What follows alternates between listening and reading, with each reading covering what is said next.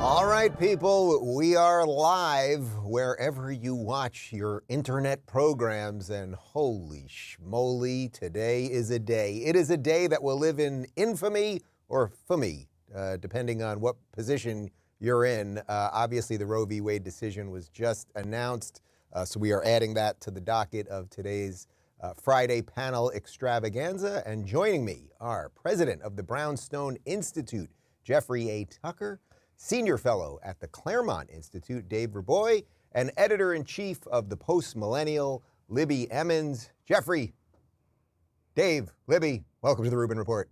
Pleasure. Thank you.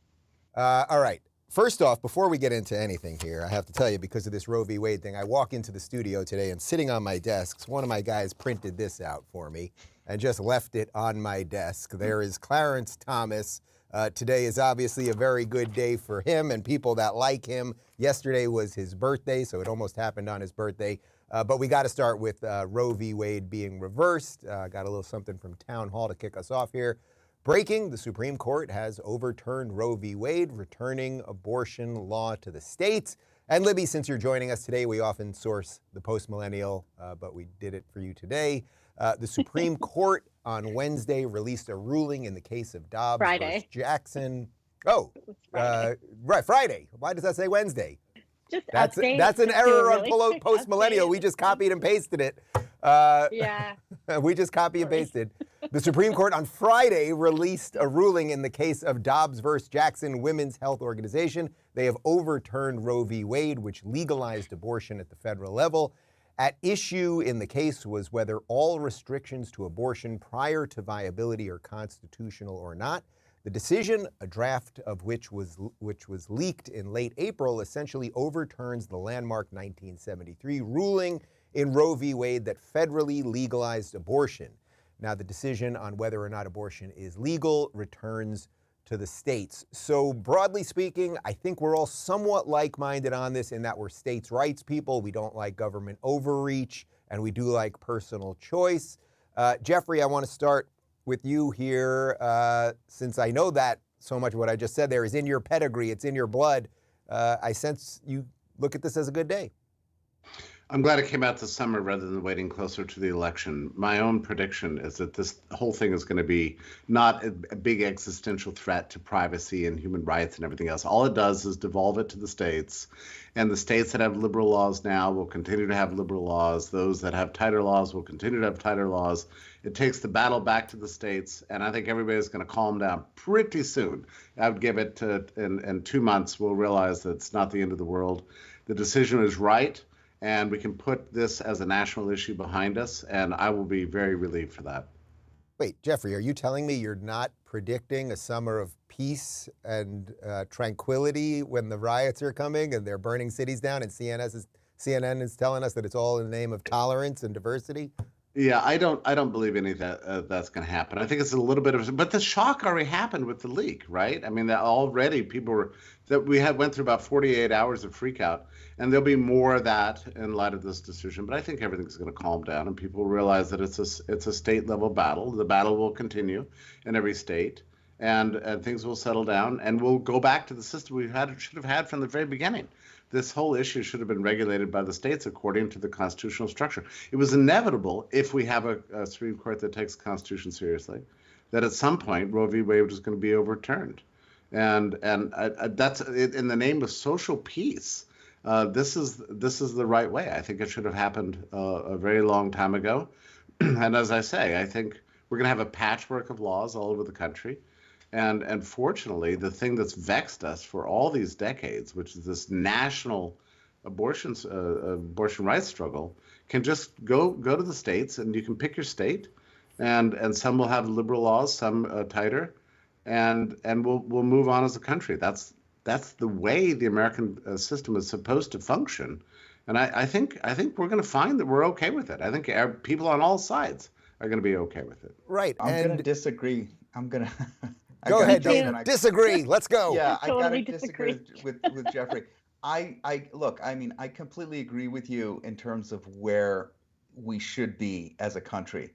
And yes, of course, and I agree that the ruling was properly decided, and also that the original Roe v. Wade ruling disfigured politics about this issue for the last 50 years. But I don't think there's any hope of sort of going back to normal and like, okay, everybody embrace federalism now, because the left is built its conception of government in opposition to federalism. Mm-hmm. Their answer for this is not, okay, well, we lost here, which means we'll just have to suck it up and offer unlimited abortions in blue states. I mean, yes, they will do that, but the rationale for their entire program falls apart if they cannot get this done at a federal level. They want everything done at a federal level.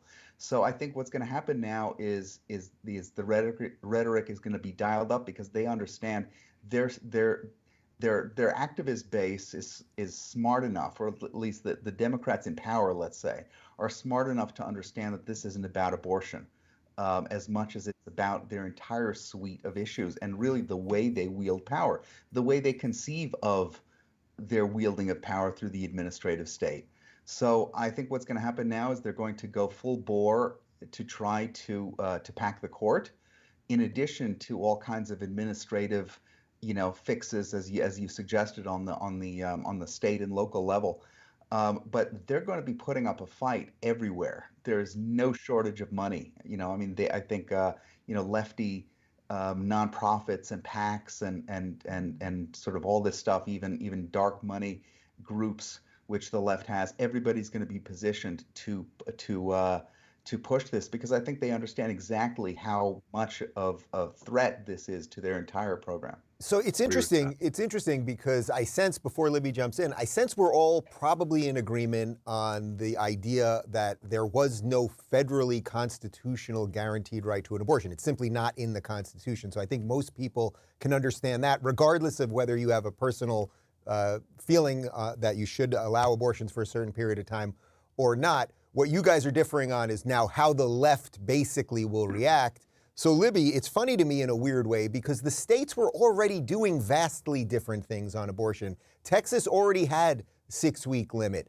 Florida, which you guys know I love and live in Florida, Florida to me did something super interesting. Only 3 months ago, the Florida legislature, in this red right-wing state led by Don't Say Gay Ron DeSantis, passed a 15-week ban, which doesn't even go into effect until a couple of weeks from now. But it wasn't even controversial here, meaning that a state that's mostly red already was compromising on abortion. So is that the weird thing when it comes to the outrage that we're about to see, that the states were already making up their mind? If you want an 8.5-month abortion, congratulations, Gavin Newsom will do it for you personally.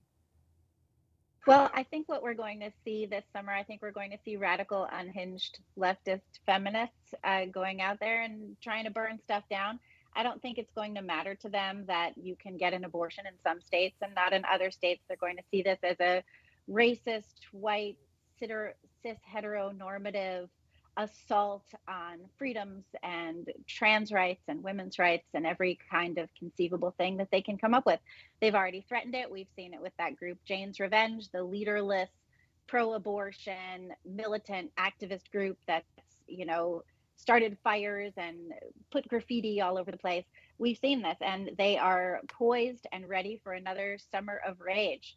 It doesn't matter to them that states can do what they want. It doesn't matter to them on gun rights that now, states can't necessarily just trounce all over 2A rights. They don't care about that either. They want what they want. They want to control other people. They want to control Americans. They want to enact their bizarre ideas of morality and these weird values that don't value life and that are not concerned with personal liberty or freedom.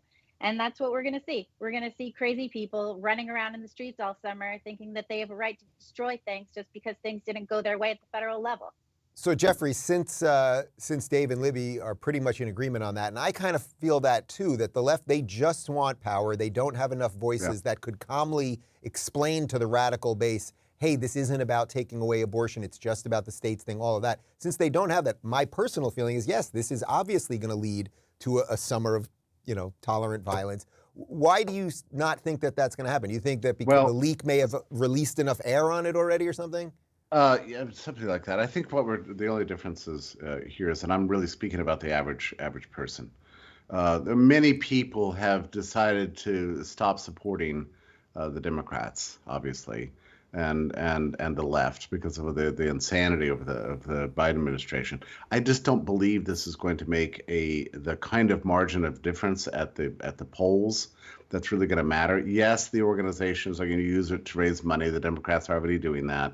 The wild, extreme, fanatical left-wing activists are going to be out in full force. But whether they're going to be able to actually rally enough regular people to get freaked out and scared about this, I just don't believe it. I mean, most regular people are sick of this topic and will be happy with this compromise. Yeah. The activists will not be, and they can make a messy situation. And the Democrats are desperate for some way to raise money. I'm on all their email lists, and of course they started hitting this since April, like, oh, they're going to take away your abortion rights and so on. And they're going to continue to do that and experience some institutional success with this racket. But I just don't believe it's going to rally vast numbers of the American public enough to stop the red wave in November. I don't think it's going to do that. Right, and that also is sort of why they've been playing with fire this entire time by letting the inmates run the asylum, because now if you allow for a summer of violence, you just will get more red states and more red cities, which I think we'd all basically be happy with. I want to give Jeffrey some credit real quick, because I mentioned it a couple times on the show this week, because we're not doing COVID today. But Jeffrey, you were so right on COVID from literally months before COVID, before anyone was talking about it. I think it's worth crediting when people get it right. And that's also a transition to Dave, because you have been talking about this sort of like soft secession thing for a while, that the states really just don't have much in common anymore. Let Cali be Cali, and we'll be Florida here. So you're probably feeling like particularly good today, putting aside abortion in general. Yes, that was my first thought, is that this is so much bigger than abortion. I mean, of course, it's going to encourage the big sort, which is folks moving to more ideologically aligned places in the country. Leaving blue states, moving to red states, and then also maybe leaving red states and moving to blue states. I mean, now that's really in play. Even libs from blue states came down to places like Florida and Texas and whatever, thinking that, oh, I'm in this wonderful cocoon of Miami or Austin or Dallas or Houston or someplace like that. And I can live my life in taking advantage of red state taxes and red state culture, but I'll be insulated in my little community that won't be all that much different than Los Angeles or Brooklyn. And that is about to change, and I'm very happy for that change. Can I ask an interesting question here about what the future looks like in terms of abortion? Why wouldn't it be the case that if you're living in a highly restrictive state, say Texas, and you have an unwanted pregnancy and it's regrettable and you don't feel like you can bear the child, wouldn't it just be possible to get a plane ticket to California or New York? And yes, this is definitely Libby, happening too. We have seen this. In fact, Oklahoma was seeing an influx of women from Texas trying to terminate their pregnancies, so they enacted their own restrictions on the practice.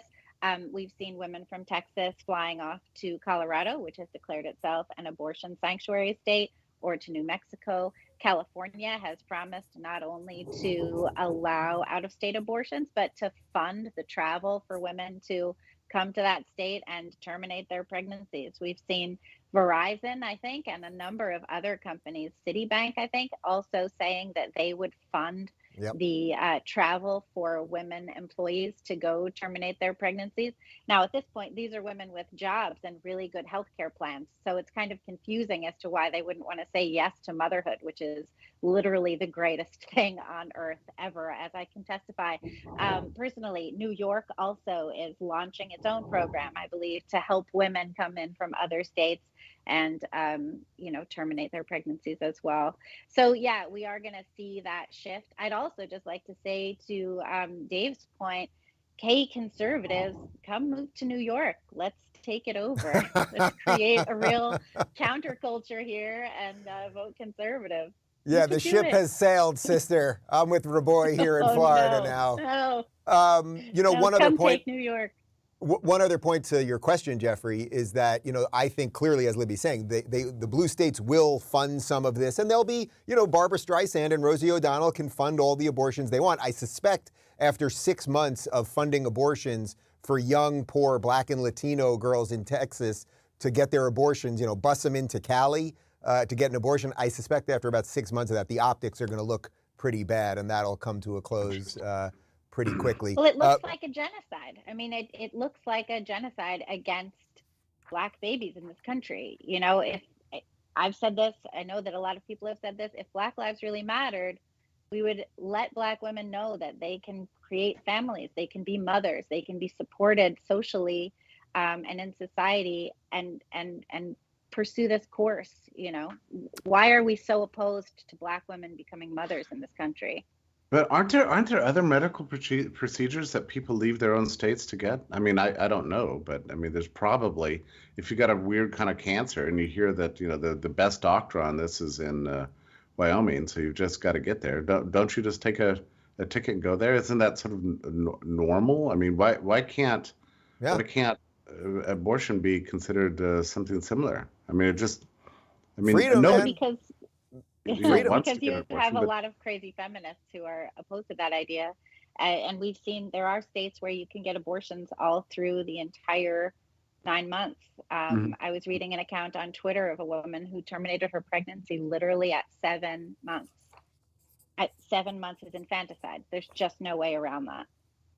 It's a horror.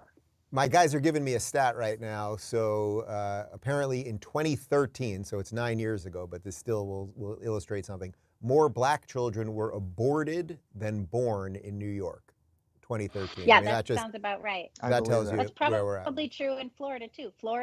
I believe Florida was number 3 in 2019 in the country. California doesn't even keep stats. If you want to know how many babies are terminated in California, you cannot find the information. They won't give it to you. So there's a couple of organizations that keep track. The CDC relies on voluntary reporting from states, and the Guttmacher Institute, I think, goes out and literally calls every abortion provider in the country to try and get information. So, yeah, but California doesn't want to let you know how many babies they kill every year. Unreal. Well, obviously this story isn't going anywhere. Hopefully Jeffrey's right and there won't be violence, but we shall see what happens. Let's move on to a couple other things because it was just a weird week. We always have weird weeks. Every week is weird, but the lies of the administration and the conflicting information from the administration and how nobody seems coordinated and Biden's fallen off a bike and that's like his best moment of the week. Here is Press Secretary Karine Jean-Pierre. I always have to note she is a Black lesbian. It's very important to tell everybody that. Contradicting Energy Secretary Granholm about what's going on with this gas tax. What do you say to lawmakers who are already calling this federal gas tax holiday a gimmick and saying best case scenario, it'll save drivers about $20 a month? Well, there's no doubt this is a modest, if it were just the federal gas tax, right, 18 cents is a modest, modest amount. We're talking about, 18 cents per gallon, which is going to go a long way. If you look at the average of states, that's 30 cents. Just looking at those two things, that's almost 50 cents. That's going to go a long way for 3 months. Okay, so first off, they're contradicting each other. That's fine. We expect that. But also this silliness about 18 cents and 30 cents. And even if you fill up your car every day, I mean, we're talking about maybe, 30, 50 bucks a month. I'm not saying it's nothing, but in light of inflation and everything else, this all just shows you these people seemingly have no idea what's going on. Reaboi, you don't like these people, do you? I mean, that goes without saying. No, I mean, it's look, I mean, it's ridiculous. The idea that inflation here is caused by anything but the fact that they put more money into circulation than most other economies in the world combined in the last 2 years. The idea that that's got nothing to do with it is so fanciful and absurd that I hate to quote Vladimir Putin, but in order to believe it, you have to be illiterate. But they're going to try it, and I don't know. I don't know if anyone buys it. I mean, I'm pessimistic about the intelligence of the average person, so you never know. Now, pessimistic, yeah. I don't like the administration. I think this whole gas tax holiday is a trap. So the idea is that you repeal it, and that gives Biden an opening to attack, every gas station in the country and say, see, you need to lower your price. But the inflationary pressure is already there. The tax itself does not. It's not a retail tax. It's a wholesale tax. It's paid very early in the structure of production. I'll make a prediction right here that I don't think it's going to make any difference even if it passes.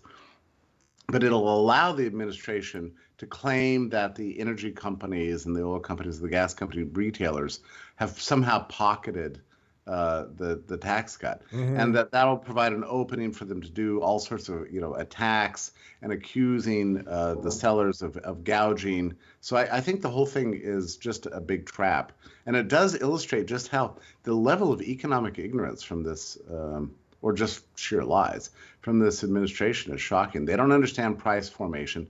The price you pay at the pump is not a perfect reflection of the costs along the production structure. Final prices especially, are always retrospective of previous costs and supplies, and then also speculative of future supplies and demand.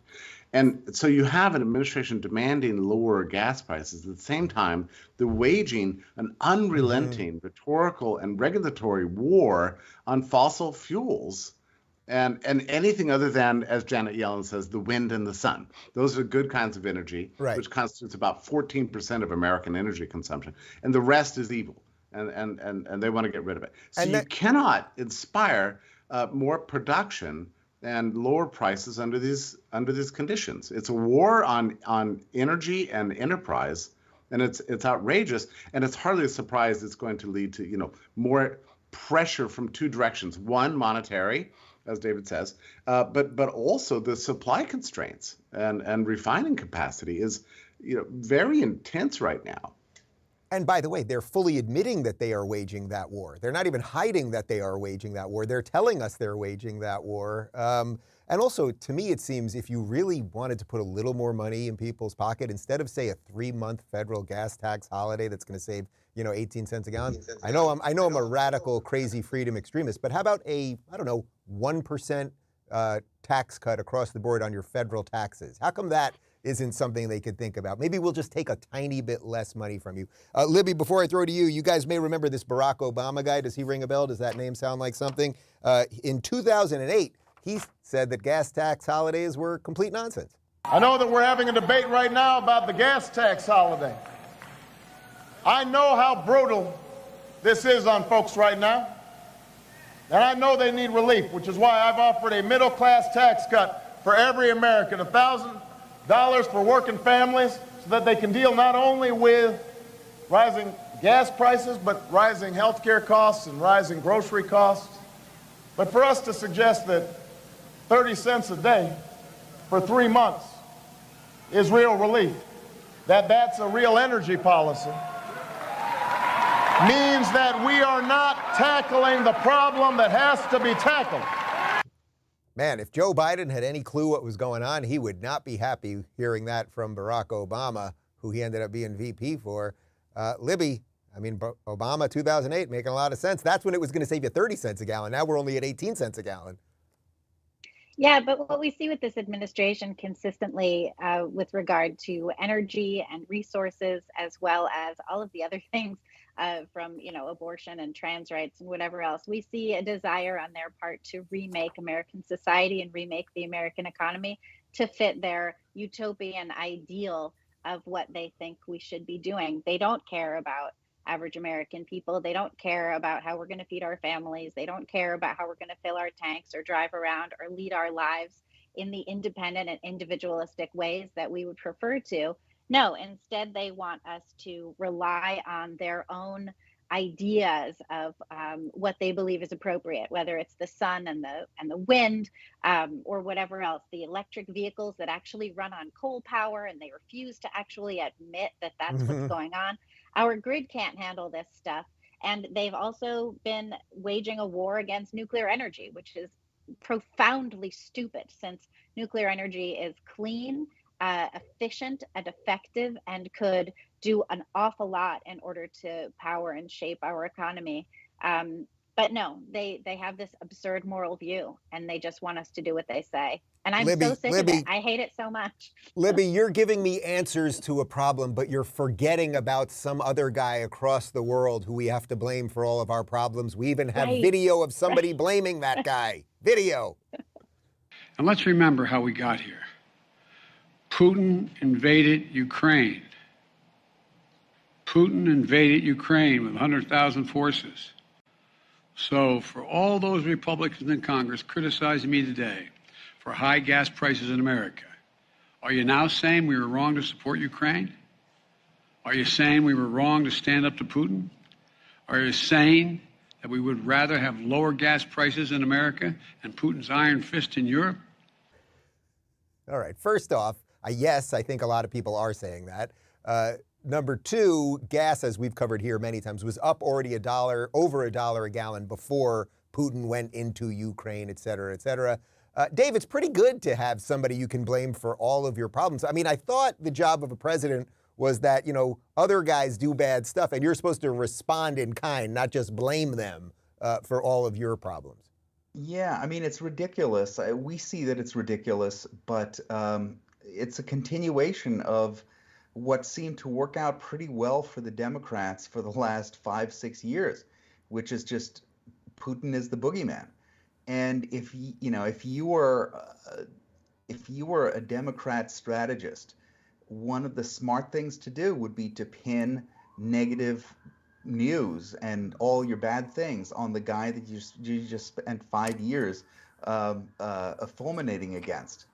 And blaming for everything from the 2016 election to everything. Just put everything else in that bucket.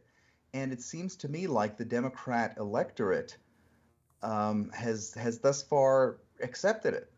I don't think I think that crowd of people, as we've seen from the approval polling for Joe Biden, I think that number is dropping like a stone. But still, this is kind of what they've got to do in order to get the attention and the motivation of their most hardcore supporters. All right, so since you're hitting the approval stuff, let's just jump forward for just a second, because even the mainstream media can't hide it anymore. It's one thing for us, alternative media people to be talking about what's obviously right in front of us, but finally some reality is leaking even over at CNN. Consumer prices went up by 7.5% year over year in January, before the invasion began, and that was the fastest pace since February of 1982. It's gotten worse since then because we've seen prices for gasoline, natural gas go up. We've seen food prices go up. And so inflation was a big problem. It's gotten even bigger. Clearly, the White House is searching for solutions here. But let's sum up what we just heard, right? One, not likely to get through Congress. Two, if it gets through Congress, it's going to have a minimal impact on your wallet, right? What did we say? $2.70 every time you fill up your tank. Not a big mover. And then also it could backfire by making demand worse. It's not going to address supply. It doesn't help the revenue situation. There's a lot of drawbacks there. I think we may have had a little audio problem for you guys, not the audience there. But in essence, and I know we'd sent you the clip before we started, in essence, CNN is now admitting that some of these solutions from the administration are not solutions. Jeffrey, mainstream media, they're starting to get it? Is it possible? Well, I'm just glad for the firing of Zucker from CNN. Things have changed a lot over there. In the end, CNN is a quasi-capitalistic organization, and they have to, at some point, get some increase in their ratings. So you're seeing a little more truth leak out from CNN. I personally don't know anybody who believes this Putin's the problem with the price hike thing. I think it's just so ridiculous. Maybe I'm wrong, but I've noticed that the Biden administration is starting to dial that back a little bit because it's so obviously preposterous. And at some point, you'd think, and this is a question I had for Libby, actually. I mean, you'd think that the administration at some point would look at its polling numbers and realize that they're on the wrong path. I mean, how much worse does it have to get before these people start dialing back their millenarian utopian visions of the society they want to create? They're being sadistic towards the American people and our future, and everybody's mad at them about it. I mean, the polls are absolutely horrible. So why don't we see any kind of adjustment? Is it just ideological fanaticism, that somehow prevents people in Biden administration from looking at the truth, or what is this? My short answer is yes, but I'll let Libby take that one. I do think that a lot of this is ideological, and that they think that what they are saying is true and accurate. And they've also given so much power to the far left progressives, and they know that that group of people can really tank the establishment Democrats and prevent them from gaining any power at all. I mean, we see the far left willing to burn everything down anyway. So, if they don't have their guy in office, they're not going to be particularly concerned about that, is my view. And I think that the Biden administration knows that. Perhaps they should add some of this information to the cheat sheets for Biden so that he knows in advance, what he might be looking at, in addition to "you sit down next" and things like that.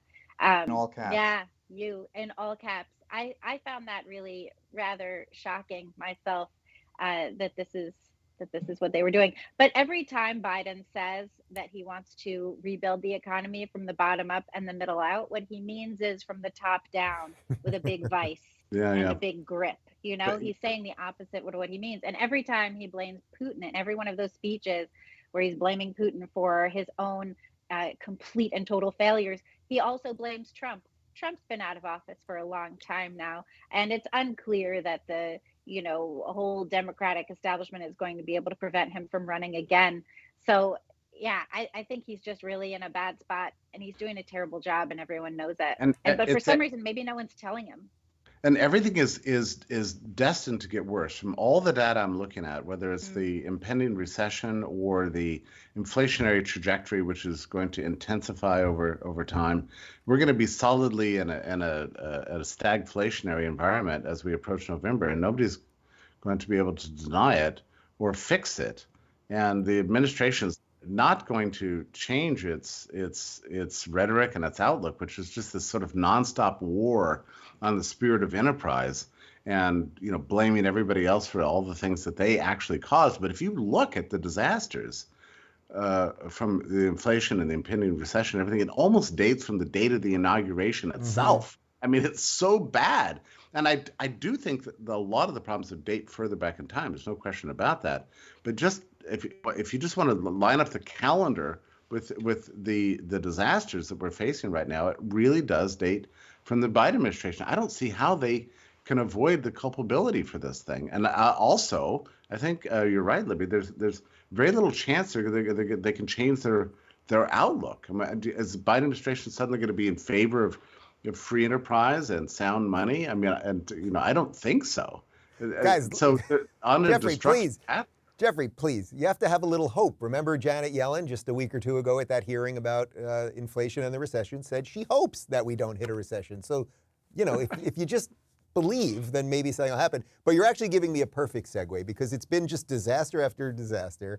And then we found this clip from the televised mental institution known as MSNBC, where this woman, her name is Michelle Singletary, she's basically telling us all to shut up because, well, take a look for yourself. Where we are right now? I'm just going to say this, and if I get banged for it, I don't care. There is a great deal of Americans where it is uncomfortable that they're spending more, but they are not going to go under. You got to stop complaining when there's so many people who literally the inflation rate means they may only have 2 meals instead of 3. There are Americans who did extremely well in the last 2 years in the market. You still have your job. And yeah, it's costing you more for gas, but guess what? You're still going to take that holiday, that 4th of July vacation. You can still eat out. So I'm going to need you to calm down and back off, because it feeds into this fear, and then this fear feeds into people making decisions that creates the very thing that they're fearful of.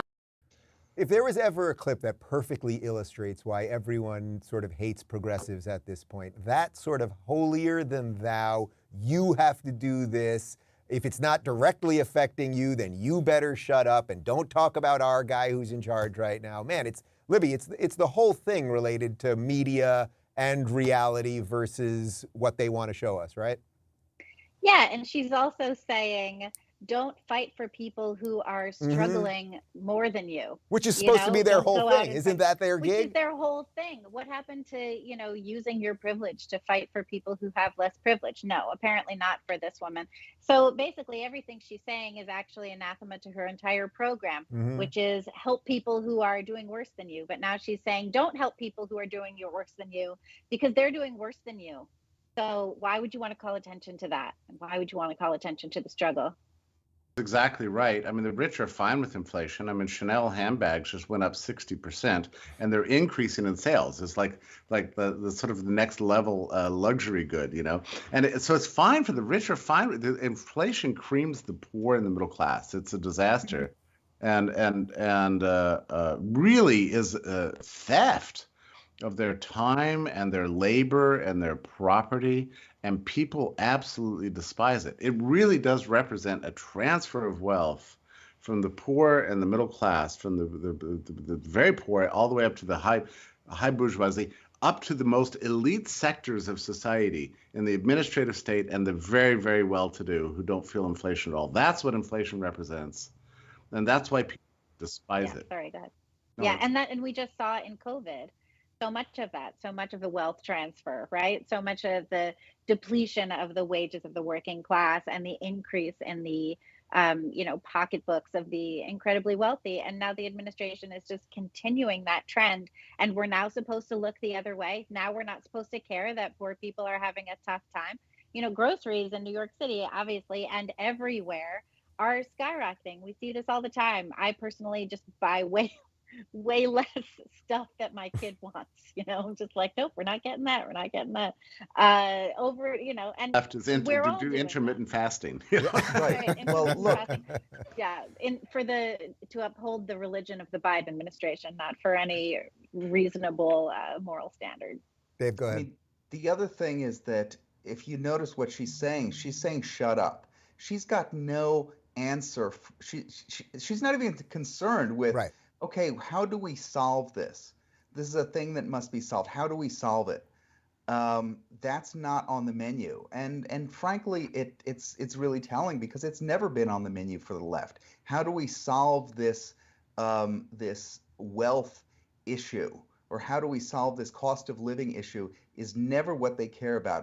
The only thing they care about are disparities.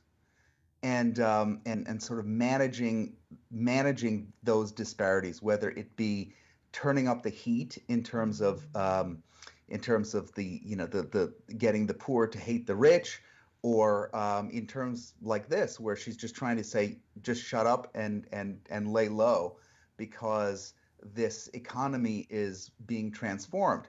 And as you guys have said, it's all about, the war on the middle class is something that goes back on the left to the very, very beginning, and it's everything that Biden has done, and of course with COVID, is just exacerbating that wealth transfer from the middle classes up into the Chanel handbag class. All right. Well, we are going to end on this because it is my birthday weekend. My birthday's on Sunday, and we've talked about the depressing state of the economy and the crazy people in the media and our president whose head's not on straight. I would like each one of you to give me hope that I can have a nice weekend despite all of this? Jeffrey, you first. Well, you always have a nice weekend. You're more optimistic than I am. I mean, which is saying something. Look, I actually think we're at a great moment in American history. We're finally confronting the kind of despotic tyrannies that have surrounded us for really a very long time, and we're having to come to terms with the power of the administrative state. We've lost faith in our central institutions, whether it's the CDC or the FDA or the Fed or anything else. And I think, to me, it's just like the dawning of reality in America. And we really have to ask the question, what kind of system do we want? Did the Constitution have anything to teach us? Is freedom a good thing? These are the kinds of questions we're asking. And I'm very optimistic that in the end, the American people will have the right answers, and we're going to engage in the right kind of reforms. It might take 5 years, but I think we're going to get there. Jeffrey, that's definitely the title of your next book, The Dawning of Reality. That's it right there. I'm announcing it right here. You're writing that book. Dave, give me a little hope. All right. Well, I was with you last year on your birthday when you lived in California. And so this year is going to be a marked improvement. And as we know, birthdays are an occasion to maybe come to grips with our own mortality and see that the war against the deterioration of the mind and body is one that we will eventually lose, like Joe Biden. But we're doing great. You're doing great. Florida is doing great. And the trajectory is upward. Libby, I was born in Brooklyn where you are. I now live in Florida. Is that the greatest birthday gift one could be given? That's pretty great. My son was born in Brooklyn. And he will live in Florida one day. Yeah, one day he will. Texas, more like it if he has his way. But this is a great weekend to celebrate. This is spectacular. America has chosen life, and perhaps there will be many, many more birthdays this year than there would have been otherwise. So I think you should make merry and enjoy that. Wow, Libby, tying this thing together like a true pro. You guys were Right? awesome. I'd love to have the three of you back together. Really enjoyed this. Have a great weekend, guys. And I'm going to finish up direct to camera in just a moment. So I'll talk to you guys soon. Happy Thanks so birthday. much. Thanks, guys. Happy birthday. All right, people. That's it for the week. I have to tie a few loose ends together today. We got a couple meetings coming up, and there's a bunch going on at the house. And then I'm taking you guys out for my birthday. How did that happen? Who's in charge around here? All right, you know what, Michael? You're using the corporate card. I know I pay for it, but at least you throw the card down. You'll tip? Some other time I'll tell you about Michael and the tips. He's the most stringent tipper known to man. He needs like a waiter that will like act like a clown for him, like dance for me. Otherwise he refuses. And I'm an over tipper. I feel that these people are working hard. They should be extra tipped. Anyway, I'm not doing much this weekend. We're going to relax, hang out with friends, eat some good food, and lounge in the pool, and that's about it. I hope you will escape from some of the madness yourself. Obviously, especially the abortion stuff. Like this is, I tend to think that Jeffrey was being a little Pollyannish, unfortunately, and that this is going to lead to some more violence and the fuel that, unfortunately, the left needs because the policies aren't working. And I was really focusing on that this week. If all the stuff that you're doing isn't working, you need distractions. So you need to keep people enraged about abortion, or you need to keep people fearful that COVID's coming back, or monkeypox, or whatever it might be. But I know that you guys watch this show, so you're not hysterical, and you're not crazy lunatics. And that's why I dig you. Anyway, have a nice weekend. And on Monday, I'll be 46 years old. 46. Are you going to watch a YouTube show of a guy that's 46? We'll find out. All right, have a good one, guys.